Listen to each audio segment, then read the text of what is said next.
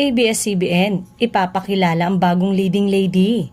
Sa pagpasok pa lang ng taong 2025, ay mapupuno ng pasabog ang Kapamilya Network ng mga bagong proyekto, pelikula at artista.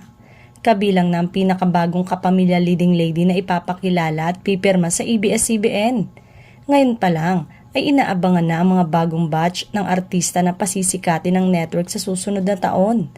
Say ng source, ang bagong Star Magic artist na ito ay ipapakilala sa mga susunod na taon. Namana daw nito sa kanyang ina ang kanyang charm, habang sa ama naman ang husay sa pag-arte.